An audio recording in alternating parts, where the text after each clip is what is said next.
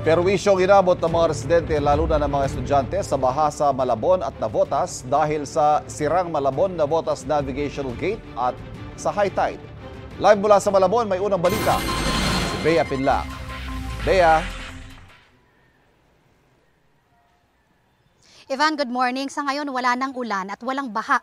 Pero dahil sa inaasahang high tide mamaya, asynchronous muna ang klase sa ilang paaralan sa Navotas at dito sa Malabon, kabilang na itong Dampalit Integrated School. Biyernes ng umaga, dapat nagsisidatingan ng mga mag-aaral sa Dampalit Integrated School. Pero halos walang tao dito ngayong araw. Liban na lang sa ilan tulad ni na Alexis at Jillian na maaga pa rin pumunta sa school para sa isang patimpalak na sasalihan nila. Suspendido ang face-to-face classes at sa halip, asynchronous classes ang isasagawa sa ilang paaralan sa Malabon at Navotas.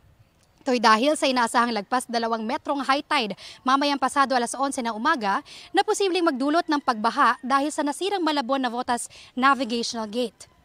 Para kay Jillian at Alexis, malaking bagay kapag ginagawang asynchronous ang klase tuwing masungit ang panahon dahil hindi nila kailangan mabasa sa ulan o lumusong sa baha para makapasok. Panakanakang buhos ng ulan na ang naranasan magdamag sa Malabon. Pero kahapon, kahit walang ulan, namerwisyo sa mga taga Malabon ang baha na umabot pa ng lagpas tuhod sa ilang lugar dahil din sa mahigit 2 metrong high tide at sirang navigational gate. Lagi naman pong baha dito. Kaya pag pumapasok po, minsan kahit baha pumapasok pa din po kami. Lalo na po sa high tide po, mahirap na po kasi sa paglalakad po. Lalo na po sa Dampalit, may mga lubak-lubak rin po. Pwede ka po matalsikan or mabasa po sa baha po.